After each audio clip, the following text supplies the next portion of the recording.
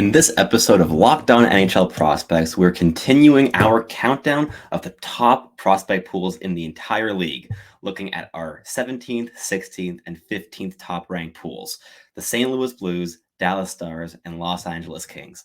All that coming up next. You are Locked On NHL Prospects, part of the Locked On Podcast Network, your team every day.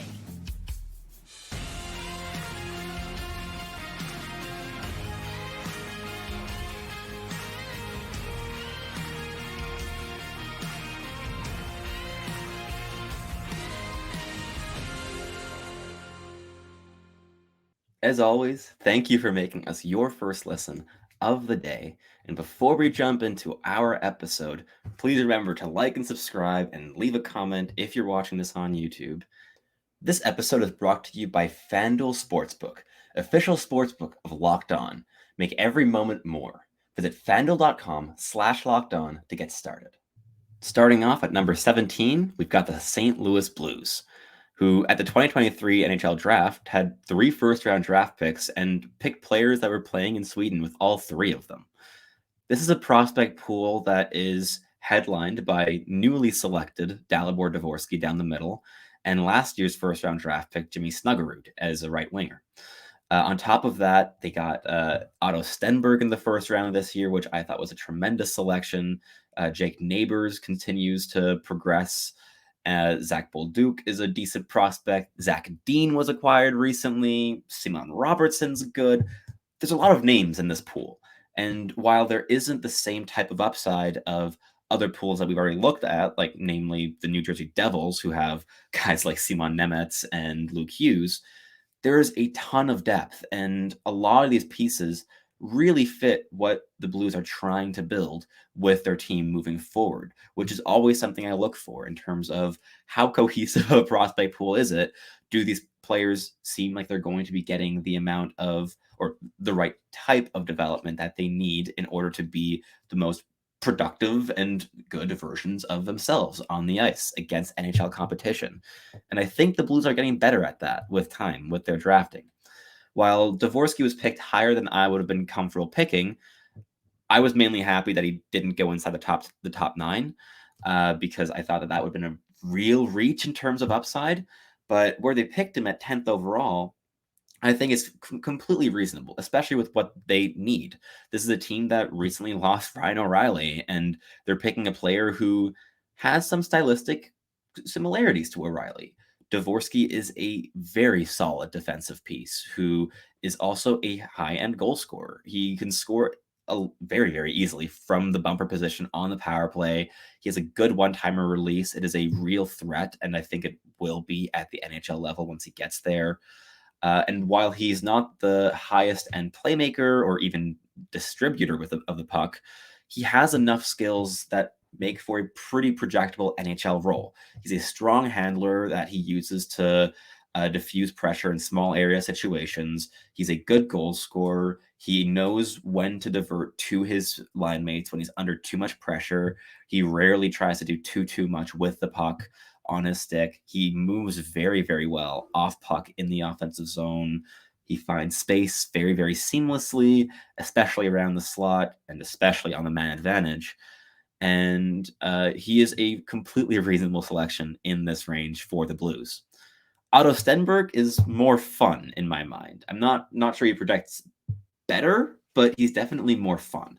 This is a player who is tremendously toolsy. He's a high-end skater and is a really fun playmaker. He uses his handling ability and his speed to create gaps from defenses, and he knows how to exploit those gaps and to exploit the space that he's given.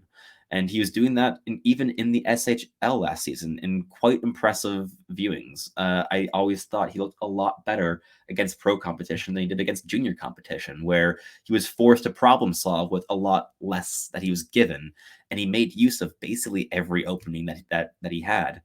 And on top of that, he showed a far higher degree of defensive involvement when playing against the pros that was rarely all that evident against junior competition, which also bodes really well. And while he will likely be developed as a left wing, he's also a capable centerman. And I think the Blues are going to have a choice with that.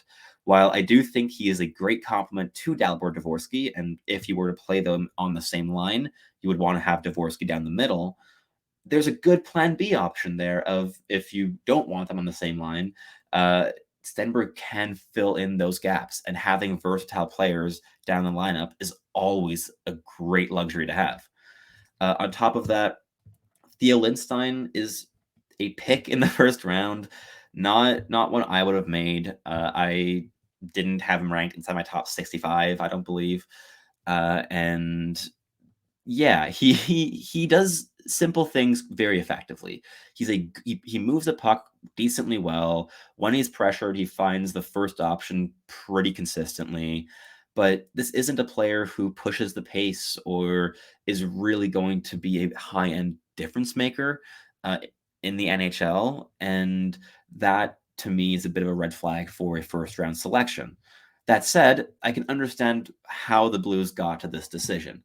This is a left shot defenseman who has been playing big international minutes for years for Sweden, and he skates well. He moves the puck well. He does a lot of things well, and there's a lot to build on with that. The Blues have a lot of choice with how they want to approach his development. They don't have to pin him down into one single mold. They can really choose what they want him to be, and they can progress. They can go after that.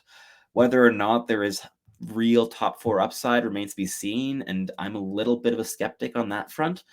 However, in the late first round, you can do worse than Theo Lindstein.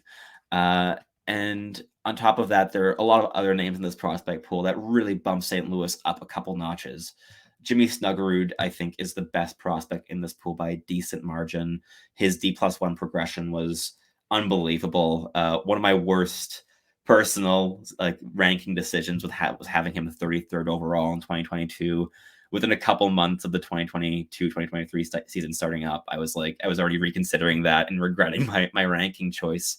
But he kind of got lost in the depth chart in the NTDP. And while he was a very effective complementary piece with some great flashes of brilliance, especially as a playmaker, there wasn't the consistency in that made me all that hopeful for slam dunk top six upside. But what he showed in college as a D+1 completely negates any doubts I had previously. He took a big minute role by the horns and was a really elite level NCAA player from the get-go, right out of the gate. And I can easily see him being a versatile top six winger who brings a ton of goal scoring, but also playmaking and some intensity. He's decent enough defensively. I wouldn't call it an outright strength as of yet, but he is a line elevator to the truest extent. He really, really does complement the elite skill players very, very well. And that's not to say that he doesn't have elite skill. I think he has a couple skills that could be elite and are definitely trending very positively in that direction, especially around his one-touch playmaking and his small area goal scoring ability around the slot. However, he's the best prospect in this pool, but he's not the same level as a couple other pools that we've looked at because there is such amazing depth in St. Louis's forward pool specifically. Another player I like a ton is Zach Dean. This is a guy who they recently acquired for Ivan Barbashev and is one of my favorites. I've been able to watch him live a ton of times in Gatineau, and his progression has been really steady. And while the production never quite reflected his value on the ice in the QMJHL, he still makes for a very comfortable middle six NHL projection in my eyes. Every opportunity he's gotten with elite level line mates, whether that be in Gatineau or internationally, he has done exceptionally well with. He's a master of the give and go. He plays with tremendous pace. He's really intelligent, and he knows how he can best benefit his line mates and how he can elevate their games to the best that he can. And the Blues have a fair amount of these players that elevate each other. Now, I do think that they're missing perhaps their slam dunk superstar to build around offensively. They have a lot of the complementary pieces set at this point, and I think that they project quite well as a group. Next, we'll take a look at the Dallas Stars and a couple of my absolute favorite prospects in the entire NHL. Football season is about to kick off, and FanDuel is giving you the chance to win all season long. Because right now, when you bet on a Super Bowl winner, you can get bonus bets for every single time that your team wins in the regular season. Just pick any team to win the Super Bowl, and you'll get bonus bets for every single victory. You can use your bonus bets on anything, ranging from spreads to player props to over and unders and more. So visit fanduel.com/lockedon and start earning bonus bets with America's #1 sportsbook. That's fanduel.com/lockedon. Next, we're taking a look at the Dallas Stars, who may lack the same level of depth of the St. Louis Blues prospect pool, but they make up for it with a couple really high-end pieces. Logan Stankoven is one of my favorite prospects in the entire NHL. I cannot get enough of watching him play. I watch him play just to feel happiness while watching hockey. It is so enjoyable. This is a player who, in the WHL and internationally, has really, really shown the level of his intensity and skill and determination and goal scoring and deception and playmaking ability all in one. And his progression from his draft year has been an absolute treat for me to watch. I really liked him at the U18s in 2021 and ranked him, I believe, top 15 on my board. And I'm very happy I did because he's only gotten better since, and his projection has only improved since then. He's making the jump to the AHL this season, which is going to be a big one, and I think he's going to do it seamlessly. He plays a very projectable physical style, constantly initiating contact and establishing lower body positioning to out-leverage bigger opponents. He's a master of using his smaller stature, but tree trunk type legs to win puck battles, and it is always fun to watch. He projects as a top 6 and real Swiss Army knife type of piece. I think he can play all 3 forward positions decently effectively. He can score goals, he can assist, he can create, he can carry the puck up in transition, he can defend, he can do a lot of things exceptionally well. I'm not sure he's going to be able to do all of those at the high end level in the NHL. I think that he and the Dallas development staff are going to have to choose a little bit how they want to continue his development and how they want him to play in the NHL. However, they have so much choice and there are so many great options of how you can mold this player into an effective and valuable NHL piece. And Logan Stankoven is just among my absolute favorite players yet to play in the NHL in the world. Mavrik Bourque is another one that I'm really excited about. He doesn't project quite as well as he did in his draft year, in my view. I think I was a bit overly bullish on him in 2020. However, he still projects as an intelligent two-way middle six center with a real goal-scoring flair and a good degree of skill. And he brings a lot of great qualities to the mix that Dallas can use. Adding him to the mix with Wyatt Johnston down the middle will give him added versatility at the center position, especially once you're seeing guys like Tyler Seguin move out in the next couple years and open the door for the new youth movement in Dallas. I'm very excited to see what they're able to do with Mavrik Bourque. And while his production hasn't been off the charts great in the AHL, it's been solid. It's been quite good. And the viewings I've had, he's always been creating chances. So I still quite like the offensive projection for Mavrik Bourque. Antonio Stranges is a fun one. I don't see super high-end potential here, but he's one of the most electrifying skaters in the world, let alone among prospects, and is a ton of fun to watch. I'm hoping he is able to solidify a skilled third-line role because I want to see him in the NHL for the next decade and a half because he's just a ton of fun. Really wacky player, really fun. Maybe not a top 6 caliber guy, but brings a ton of skill and excitement to the mix and will get fans out of their seats in a depth role, which is always a benefit. In terms of defensive prospects, Dallas also has a couple of really intriguing ones. Lian Bichsel is a really effective, physical, smooth skating defensive defenseman who has improved his puck moving ability quite consistently over the last couple years, and in my mind is a pretty safe projection as a steady second pairing guy. Now, I do think they reached a little bit on him at the draft in 2022, but he's a really solid piece to add to the mix, and he's of the players that count as prospects in the Dallas pool, he is probably the safest and most solid one of the bunch. But there are a couple ones that are a lot less certain, but a lot more exciting and dynamic. And I'm thinking of Christian Kyrou and Aaron Monition. Christian Kyrou is one of the best goal scoring defensemen in the OHL, and he is very, very skilled.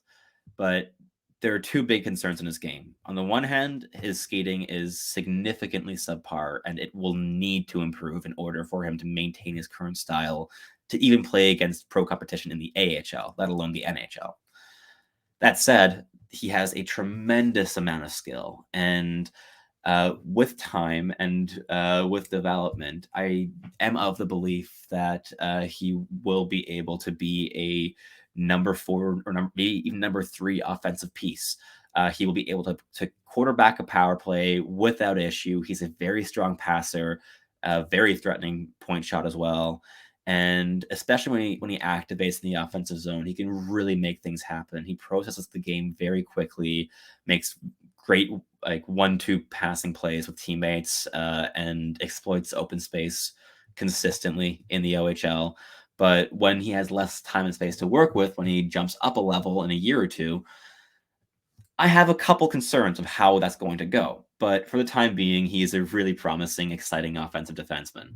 And Aaron Monition is one that I think I like a bit more. He may not have the same level of hype as Christian Kyrou's gotten among NHL and prospect fans and analysts, but he is a very good skater who is a high-end offensive distributor. I think the playmaking game can still take some steps, and he needs to be a bit more willing to activate and to create actively in the offensive zone. But in the flashes where he does, it's really effective. And he complemented the high end skill guys in the NTDP very, very well. He was the only defenseman in that group that I thought was matching or able to keep up with their skill level and intelligence offensively. Not counting Cole Hudson in there, he's a 2024 eligible. But Aaron Monition is one of my favorite right shot defensemen in the 2023 draft class. I really enjoy the way he plays the game, and there's a lot to build off of with his foundation of mobility and habits and intelligence. The defensive game definitely needs some work, but he's going to use 3 or 4 years at Boston College, and I think at the end of it, you're going to get a number 4 offensive defenseman. He might need an extra year or 2 in the AHL and NHL to get there beyond the college years, but this is a player that I'm quite confident in, especially considering the amount of skill he'll be playing with at Boston College that will really help him continue to develop his offensive habits and tools. So Monition is one of my personal favorites in this Dallas prospects pool. And beyond that, there are a couple names that are still decently interesting, but I think are a bit limited in terms of upside. Guys like Francesco Arcuri and Matthew Semenoff are really good junior players who have a couple hurdles. I think Semenoff is one of the smarter players in the entire WHL, but the skating is a real concern, and it hasn't progressed as much as I wanted it to as a D+1, though my viewings were a little bit limited, so take it with a grain of salt. But Francesco Arcuri is a good OHL player, decent middle six OHL forward who could become something at the next level, but I'm not going to hold out too much hope. But one last guy I really, really like is Ayrton Martino. This is a player who plays with tremendous skill, and I really liked how he's been in the NCAA. He plays with great pace. He's a really strong handler, really underrated shot, especially from medium range. And yeah, one of my favorite, most electrifying players in this pool that is not a sure thing to make the NHL or to be an impact piece, but I definitely think has middle six upside, and it's a bit middle six or bust. I don't think there's necessarily a fourth line fallback game with Martino, but he's very, very fun and definitely worth a mention for this Dallas Prospects pool rundown. And next up, we'll be looking at the Los Angeles Kings, who have fallen down a couple of slots in the past couple of years in prospect pool rankings. All right, the LA Kings. This is an interesting one. Obviously, a couple players in here have graduated. We're not counting Quinton Byfield, for instance, or Arthur Kaliev. But this is a team that still has Brandt Clarke as an eligible prospect, according to our definition of it, which is less than 10 NHL games played. And for that reason, they are here at 15th. If it weren't for Brandt Clarke, they would have been down the 20s very easily. He is the gem of this pool at the moment, and it's not very close. Brandt Clarke is an exceptionally skilled offensive defenseman who still needs to work a bit on his skating to really push the boundaries of his upside as a top pairing offensive driver. But he was the best defenseman in the OHL by a country mile last season. He didn't play the entire season in the O, but when he did play, he dominated. He's putting up like 2 points a game quite regularly as a defenseman, and it was a joy to watch. Clearly, he far surpassed the OHL in terms of talent level, and he didn't really need to be there to begin with last season, but it was entertaining. I'm not quite sure how much it would have helped his development, but we're going to see this season. And the Kings have freed up a spot at right defense by trading out Sean Durzi, so Brandt Clarke has a clearer route to the NHL now than he did previously. And yeah, he's a really, really fun player and has quite clear top pairing upside, which really swings the needle around here on how we're ranking this prospect pool. Beyond him, there are also quite a few fun depth pieces in this pool.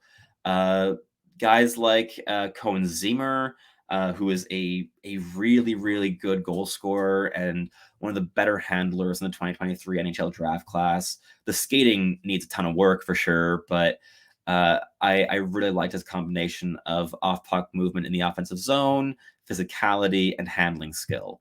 The defensive involvement was always quite low in my viewings, and that will need work, but he's going to take 4 years or so before he hits the NHL, and that is totally fine. He'll be able to just marinate a bit, which I think will make him a potential third line, like 20 goal scorer. I think there is that type of upside, maybe even second line upside if he really, really pumps it up with his development. And yeah, like Alex Turcotte, I think is still technically an eligible prospect according to our description,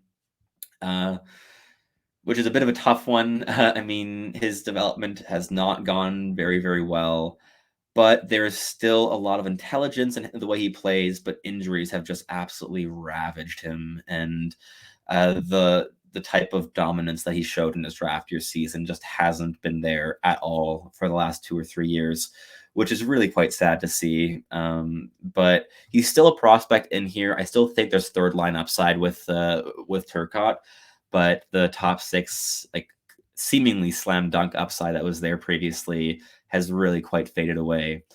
Beyond him, in terms of forwards, there are a couple more names that are quite good. Francesco Pinelli is another one. He's a really intelligent offensive mind who has been playing quite subtle minutes in Kitchener, which has not been the strongest OHL development program, but he's continued to progress very nicely.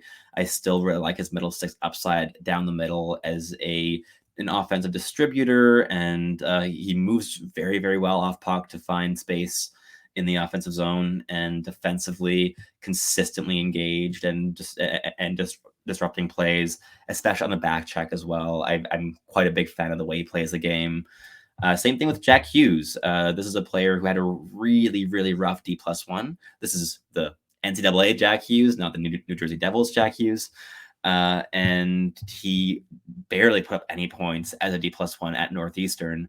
But with a new transfer to Boston University to play with guys like Macklin Celebrini, Lane Hudson, and Tom Valander, I'm quite looking forward to seeing just how he does, because he is a really good skater with really good defensive engagement and a decent amount of playmaking skill that I think there's a good foundation to build off of there to create maybe a third line, likely fourth line type of piece. But he's really, really fun to watch, and very, very much the type of player that gains his coach's trust quite quickly. So always a nice asset to have in your back pocket in a prospect pool. Same thing with Alex Laferriere, whose production really exploded last year in the NCAA. I don't really see top six upside with him, but in terms of a bottom six depth scorer, there's definitely that possibility. Similar things with guys like Samuel Fagemo and Martin Chromiak. The LA Kings have a lot of players that fit this similar mold of potential depth scorers who bring a particular skill set. So with Cohen Ziemer, it's power and goal scoring and handling. With Martin Chromiak, it's goal scoring. With Alex Laferriere, it is give and go, and with Jack Hughes, it is his defensive ability. Like, a lot of these players have real identities, which I always quite like in prospects, when you at least have an idea of what direction they're going in stylistically. On the defensive side of things, beyond Brandt Clarke, there are still a few more names that are quite interesting. Matthew Mania is a really good prospect, very, very fun, constantly activating in the offensive zone and creating chaos. His name matches his play style. He plays with true chaos. Jordan Spence continues to develop quite nicely and should be a really good number 4, number 5 guy. Jakub Dvorak was a decent pick in the second round. He's really quite raw, but the tools are good. He moves quite well. He's a decent breakout passer, but can be a bit deer in the headlights at times. But you draft him for the defensive game. He's going to be a utility, bottom pairing, defensive, physical presence. And that's totally fine. I think you can do a lot worse than that, than Jakub Dvorak for that type of role. And by the second round, you're seeing a lot of teams that are starting to draft players that are along those lines, and I think Dvorak is one of the better ones in that mold. And in terms of goalies, newly acquired Eric Portillo is the only really interesting one in that pool, but I think that he could be a decent 1B from what I saw of him in the NCAA. So this is a pool with a decent amount of depth, and they have one real star player with Brandt Clarke. So at this point, we're starting to transcend into the actual really strong prospect pools. There's quite a decent drop off from 16 to 15 or from 15 to 16 in my opinion, because Brandt Clarke really does elevate this prospect pool. And that does it for this week's episodes. And I hope that you tune back in on Monday. Hopefully, Hattie will be back in the mix, and you're not going to have to listen to me monologuing for half an hour. And so we'll be back on Monday with our 14th, 13th, and 12th ranked prospect pools in the league, which is going to be very, very fun. So until next time.